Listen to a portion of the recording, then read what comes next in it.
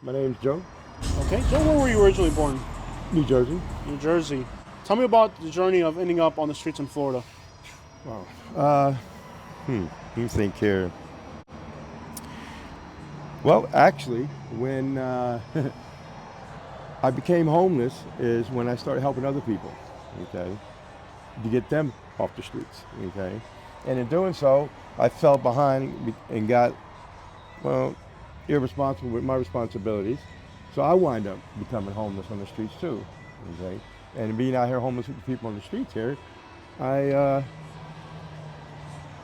became addicted to the freedom because I don't believe is the problem out here. I believe people have the addiction to the freedom of every day to have to make the choices that they make with no boundaries. Every day, whatever the choices are, they can do what they want to do. You don't have to answer to nobody. And that's the addiction part of being out in the streets that they can't get away from. Well, for myself, in order for me to get away from the streets, to not become or be homeless anymore. Of course, you know, when you're homeless and you're doing things you ain't supposed to be doing, you wind in and out of jail. You know, I had to go in and out of jail for several times. I just got out doing 1129 here recently. Okay, my mind's fresh, my spirit's fresh. I'm out here visiting some old people, let them know, hey, you don't have to be doing the things you've been doing in order to be stuck and stay out here. So I want to be out here, have a message for these people out here to help them, that it is possible. People do care about them, I care about them. Other people care about them, but you got to get plugged in. You know, I'm looking for some AA, NAs, so I can get a platform, better help myself to help other people. So you mentioned that helping other people. Well, in order, you know, trying to help other people, but I wasn't helping myself. You know, I had some issues going on inside myself that ultimately affected and helped me assisted in becoming homeless. Okay, so if I can't help myself, then how can I help other people? And I learned that I'm going to be selfish, self-righteous at this time, so I can be put in a better position to help others. Okay, so here I am. I had to go to Port Manatee to get my mind right in that aspect right there. Okay, interesting thing. So you mentioned here in Bradenton we call going to jail, we call it the port. I got to clarify that because a lot of people watching in other I'm places sorry. don't know what that means. No, yeah, it's a Okay. local Yeah. local local dialect. So when you talk about getting locked up, do you feel that sometimes, not always, of course, but sometimes when somebody gets arrested, it practically saves their life? Absolutely. Absolutely. It saved my life. Okay. When I got arrested over there by the mall. I after I lost my trailer, my van, my license for the second or third time all the way around, I was losing this. I was giving up. Okay, literally giving up. And I fell asleep, and I was awakened by the Bradenton PD, and I had some things on me I shouldn't have had, and so therefore they Booked you for it, yeah. booked me for it. Yeah, thanks. And Yeah. I bonded out on that, and month and a half, 2 months later, I took a plea, went in did 1129 because I needed that. I What needed is what is 1129? it's doing 1 day shop a year. They call it 1129. Yeah. Okay, so explain a little bit what that is for people that aren't Okay. familiar. Yeah. If you get sentenced anything over a year, Uh huh. it's prison time. If you get sentenced to county jail, it's 1129 because it's 1 day shy of a year. Okay.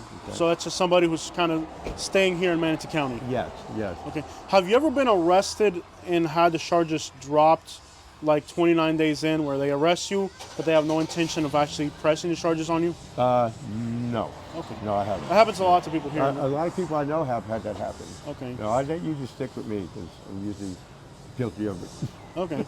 or was. What percentage of the people in the Manatee County Jail do you think are homeless?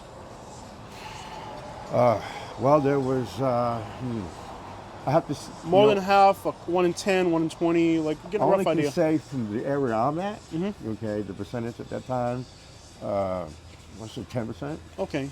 Yeah. So a minimal percentage, but it's a considerable percentage Well, too. you add it up from different spots. Yeah. Like, over there by the Salvation Army, of course, over here where we're at in Oneco, so forth, different places. Okay. You add them up, and All right. it'd So probably be about more. 1 in 10 people that are in the county jail, roughly. This is not an exact figure. There's quite a few people that are in there that are homeless. Matter of fact, oh gosh, in a pod that holds anywhere from like 60 men, over half of them are homeless.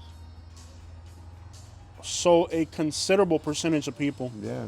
that are in the jail are homeless. Does that kind of reflect that the homeless population's kind of been institutionalized here to a degree? I'm not sure.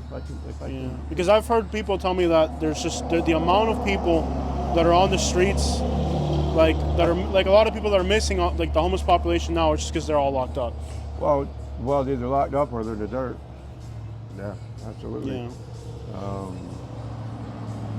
Since I've been out here homeless in this spot for 2.5 years here, there's at least 30 to 40 people that are gone. Okay, and most of them are in prison, or coming into jail. Most of them are dead. Hold on. Whoa. That many? So you're telling me here in Oneco, on this street right here, 14th Street, right? Here in Oneco, Yeah. about 30 of the homeless population have gone. Gone. Completely gone, overdosed or whatever. Overdose, jail. Okay. Yeah. Does that make people that are out here kind of think about trying to get out of the streets? I mean, you guys are sitting here watching people get arrested, watching people overdose. No, it don't. The addiction of the lifestyle and the addictions that they might be on keeps them from being able to think sensibly, Okay. That's why I said I needed to have a place of stability where I can eat, lay my head, okay, so I get my mind right. No drugs in me. I don't need any drugs. I want to be able to give back what is given to me. Yeah. Because I need it. I love these people out here. Yeah, They're I family. get it. Yeah. It's a street family is what they call That's it. right. Absolutely. Yeah. Absolutely. But at the same time, it's a family that's struggling. But at the same time, it's a family that's really struggling, and people out here are going through some hard stuff. But like you said, in order to really help people that are out here, you have to be in a better position yourself. That's if you're right. not Sure. in order, you can't help other people. And like you said, mental clarity is imperative Absolutely. to change your condition. Even if a person, there's people that are homeless, they don't. Yeah. It's the freedom. It's don't have to go to work. Listen, when I was homeless, I ate good. I had the best medicines, blankets, pillows, waters. I was a one-stop, like a beacon. And all the other homeless people would come there. It was really about dumpsters and all kinds of different things, people's garbage and so forth. It's a freedom. People love the freedom that comes with it. Yeah. You go and come, but it's not a lifestyle because it's a rut. Since I got out, I've gotten back and seen some people. Yeah. It broke my heart. Yeah. These people are degenerating physically, psychologically, emotionally, and I only was gone a year. Yeah. So it's like, and it's like they don't even recognize it that it's happening to them. Yeah. Like you said, you need a certain level of mental clarity to recognize where you're at. Because if you're out here in the days, you're not even aware of how bad things have got for you. So going to report for 1129 was great. And I knew I needed that because I couldn't break the cycle out here on my own. Where do you see yourself in the future? Do you see yourself Being eventually getting housed, or does that? Yes, yeah. See, I'm 6 months, I'll be 57 or 58. Right? And 12 and a half years, I'll be 70. So I gotta make something happen, right? Yeah. That's one way to look at it. And yeah, I do. I want to be a life coach. Yeah. I really do. And the people out here need it. People have told me all my life, man, Joe, you ought to teach people how to live life. And, coming from a person who's been homeless, okay, coming from a person that I've done things I shouldn't have done, harms the body, so forth, broken the law, been in and out of jail, so forth. I have experience. Yeah, and So now people I'm on gonna the apply streets. that. Yeah, Okay. and people on the streets don't want to hear from somebody that hasn't Absolutely right. experienced that. Absolutely right. You know, when I had a family, both families, first and second marriage, I still was plugging with the homeless, feeding them, being a part of their lives, helping them with the tools for the bikes, water, blah, blah, blah. And then when I became homeless, now I have the experience. Okay. What So is- they will listen. What is the best way for the average person to help the homeless? Things we should not do and things we should do. Well, you know, I believe they need to crack the Bible, crack the Word of God. Absolutely. It's the infallible, unchangeable, and the most consistent and real thing there is that can change a person's life Yeah. for the better. Start in Proverbs or Ecclesiastes and get some wisdom. Absolutely right. Wisdom, knowledge, understanding of what you're doing, what you shouldn't be doing, and how you need to do it. Okay. Fort Manatee, man, they got some avenues to help people. Okay. Even Joy Jewett is plugged in on the what do you call it? The homeless coalition. Do you think her reputation here is good among the homeless or bad? I hear it's about 50-50. Mixed, okay. About 50-50. Okay. But she responded. I emailed her because I ran into somebody that needed something, and I emailed her, and she replied literally Yeah, instantly. when she's in her uniform, she has a duty. Yeah. Okay, and I respect that. Yeah. Okay. But when she's just a civilian, she has a heart for homeless. Okay. Yeah. That's good to know. Yeah. Yeah. Yeah. And, you know, and sometimes people get the two sides twisted because, you know, uniform does.